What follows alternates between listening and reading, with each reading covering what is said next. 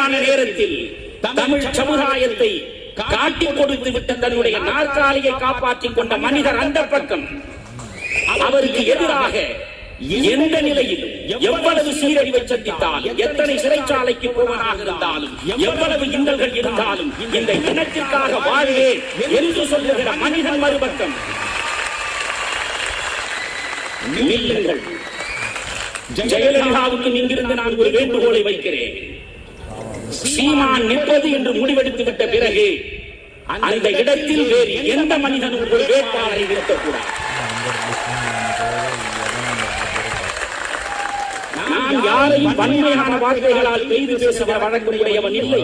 ஆனால் மேடைக்கு மேடை ஜெயலலிதா கருணாநிதியை, திருப்புகழை தீய சக்தி என்று சொல்கிறாரே, நான் அப்படியெல்லாம் இழித்து படித்து பேசுகிற பண்புடையவன் இல்லை. ஆனால் ஒரு தீய சக்தி என்று நீங்கள் உண்மையிலேயே சொல்வதாக இருந்தால்